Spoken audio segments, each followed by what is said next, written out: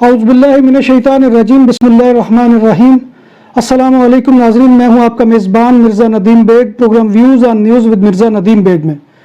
नाज़रीन मोहतरम, 31 जनवरी को होने वाले ब्रेग्जिट के अभी ज़लज़ले के जो है वो झटके आ रहे हैं और आफ्टर शॉक जो है उनका सामना यूरोपीय यूनियन और इंग्लैंड दोनों को करना पड़ रहा है।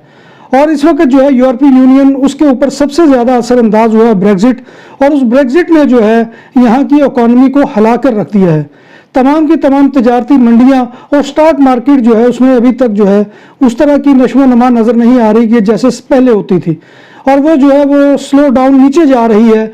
तो इस मौजू पर तो इंशाल्लाह फिर कभी मैं आपसे गुफ्तगू करूँगा, लेकिन आज की जो है वो एक ताज़ा तरीन खबर ये है कि बरतानिया के नक्शे कदम पर चलते हुए स्विट्ज़रलैंड जो यूरोपीय यूनियन का एक अहम मुल्क है वो भी पर तोड़ रहा है कि वो भी यूरोपीय यूनियन से बाहर चला जाए।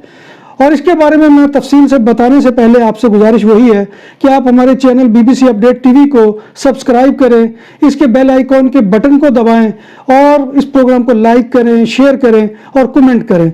तो नाज़रीन मोहतरम, जैसा कि मैंने अर्ज़ किया कि ब्रेग्जिट के बाद यानी बरतानिया जो है वो एग्जिट इख्तियार कर चुका है यूरोपीय यूनियन से, उसके बाद एक दूसरे अहम मुल्क जो है स्विस ने भी जो है वो बरतानिया के नक्शे कदम पर चलने का फैसला किया है।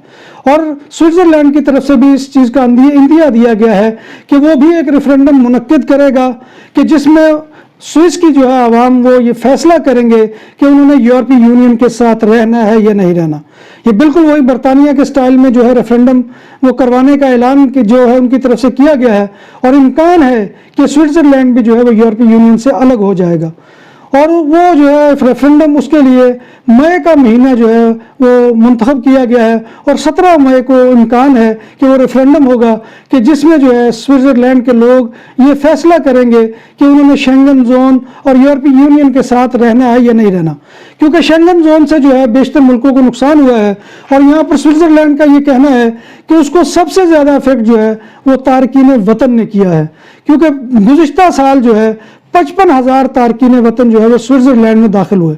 और उसकी बड़ी वजह यह है कि स्विस इकानमी जो है वो बाकी यूरोपीय मुल्कों की तरह बहुत बेहतर है, और वहाँ पर जो है वो काम की अपॉर्चुनिटीज़ भी मौजूद हैं। इसलिए इमिग्रेंट्स जो है वो आते तो दूसरे मुल्कों में है, कोई ग्रीस में आता है, कोई इटली में आता है, कोई स्पेन में आता है, लेकिन बाद में जो है वो रुख कर लेते हैं। और ये जो है इमिग्रेंट्स की आमद की वजह से उनका जो है बॉर्डर जो है उनका भी मसला है कि वो चाहते हैं कि इसको जो है बंद किया जाए, और इस तरह से आमदोरफ्त जो है तारकीन वतन की उसके ऊपर काबू पाया जाए।